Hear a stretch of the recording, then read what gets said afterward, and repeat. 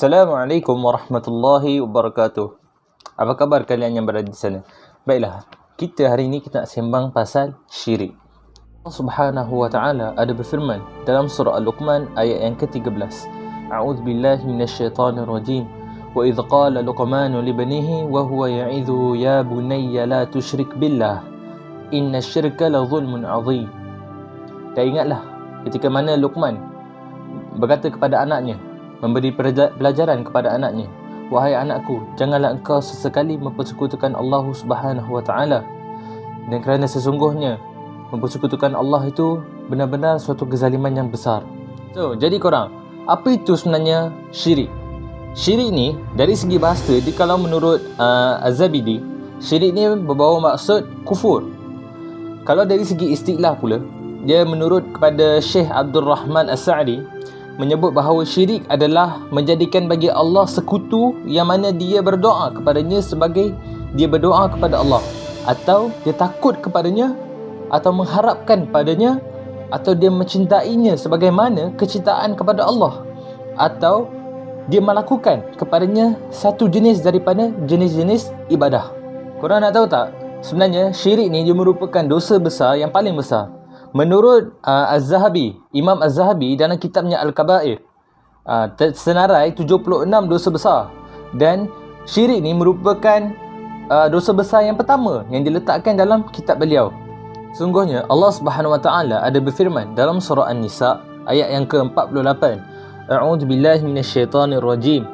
Innallaha la yaghfiru an yushraka bihi wa yaghfiru ma duna dzalika liman yasha' wa man yusyrik billahi faqad iftara ithman 'azima. Dan maksudnya, sesungguhnya Allah tidak akan mengampunkan dosa orang yang mempersekutukannya syirik, dan dia mengampuni apa dosa yang selain daripada syirik bagi siapa yang dia kehendaki. Barang siapa mempersekutukan Allah, maka sesungguhnya dia telah berbuat dosa yang besar. Kita dapat faham daripada ayat Al-Quran daripada surah An-Nisa ayat 48 tadi, Allah SWT dia tak akan ampunkan dosa-dosa orang yang mensyirikkan. Dosa yang mensyirikkan Allah, Allah tak akan ampunkan dosa-dosa tersebut. Tapi dosa-dosa yang lain selain daripada syirik, Allah akan ampunkan bagi mereka yang Allah kehendaki sahaja. Nabi SAW ada juga bersabda dalam sebuah hadis riwayat Al-Bukhari, Akbarul kabair al-isyraku billah. Dosa besar yang paling besar adalah menyekutukan suatu kepada Allah Subhanahu wa taala. Baiklah, syirik dia terbagi kepada dua. Yang pertama ialah syirik jali, dan yang kedua ialah syirik khafi. Apakah itu syirik jali? Apakah itu syirik khafi? Syirik jali ni dia merupakan syirik yang terang-terangan, secara terang-terang. Manakala kalau syirik khafi ni dia syirik yang sembunyi, yang tak perasan. Baiklah, syirik jali. Bagaimana kita nak tahu bila berlakunya syirik jali ni? Syirik jali ni dia boleh berlaku pada tiga keadaan. Yang pertama melalui i'tiqad, yang kedua melalui perbuatan, dan yang ketiga ialah lidah. Okey, melalui i'tiqad, contohnya seperti kita menafikan, beragu-ragu dengan kekuasaan Allah, keesaan Allah Subhanahu Wa Taala. Kalau melalui perbuatan, contohnya kita mengagung-agungkan artis dan sebagainya, kita menyembah berhala dan menyembah patung, itu adalah melalui perbuatan. Dan yang ketiga ialah melalui lidah. Contohnya kita menghalalkan perkara yang haram, dan juga kita mengaku kita keluar Islam. Itu juga antara salah satu contoh yang mensyirikkan Allah melalui lidah. Syirik khafi. Syirik khafi ni yang lebih lagi, yang paling kita kena berhati-hati. Kerana secara tidak sengaja kita telah melakukan syirik kepada Allah SWT. Contoh syirik khafi ni ialah riak dalam melakukan amal soleh, contohnya bersedekah. Nabi SAW juga ada pernah bersabda dalam sebuah hadis dia, Nabi menasihati sahabat-sahabat beliau supaya berhati-hati dengan syirik kecil. Lantas kemudiannya sahabat bertanya, apakah itu syirik kecil? Dan Nabi SAW menjawab, syirik kecil yang dimaksudkan ialah riak dalam beramal. Sangat membimbangkan kita. Banyak yang kita tengok dalam masyarakat kita sebenarnya, mereka yang secara tidak sedar telah melakukan syirik kepada Allah Subhanahu Wa Taala. Mereka tidak menjaga lisan mereka, mereka cakap ikut suka mereka, ikut sedap mereka je.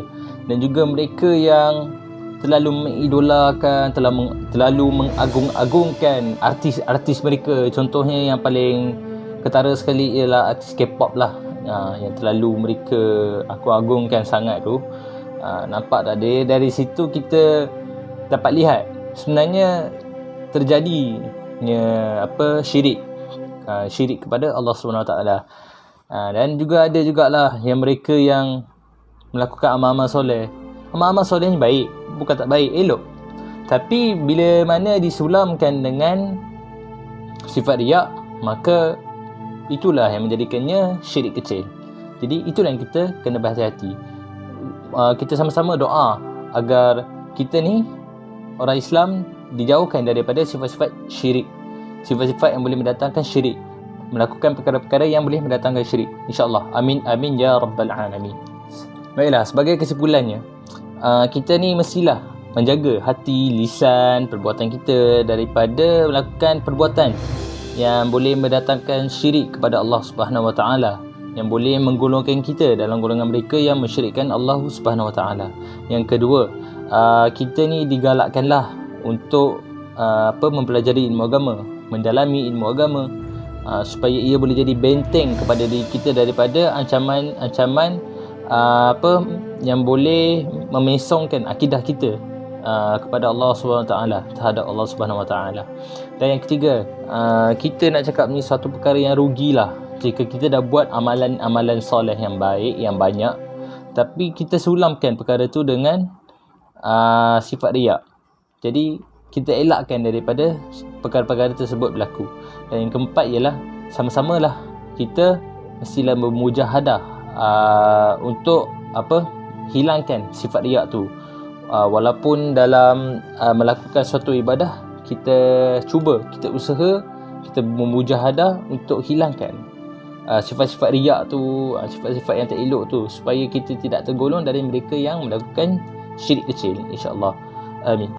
Alright guys, so that's it untuk video kita pada kali ini. Diharapkan korang semua dapat mengambil manfaat daripada video pada kali ini, video pendek kita pada kali ini, insya-Allah.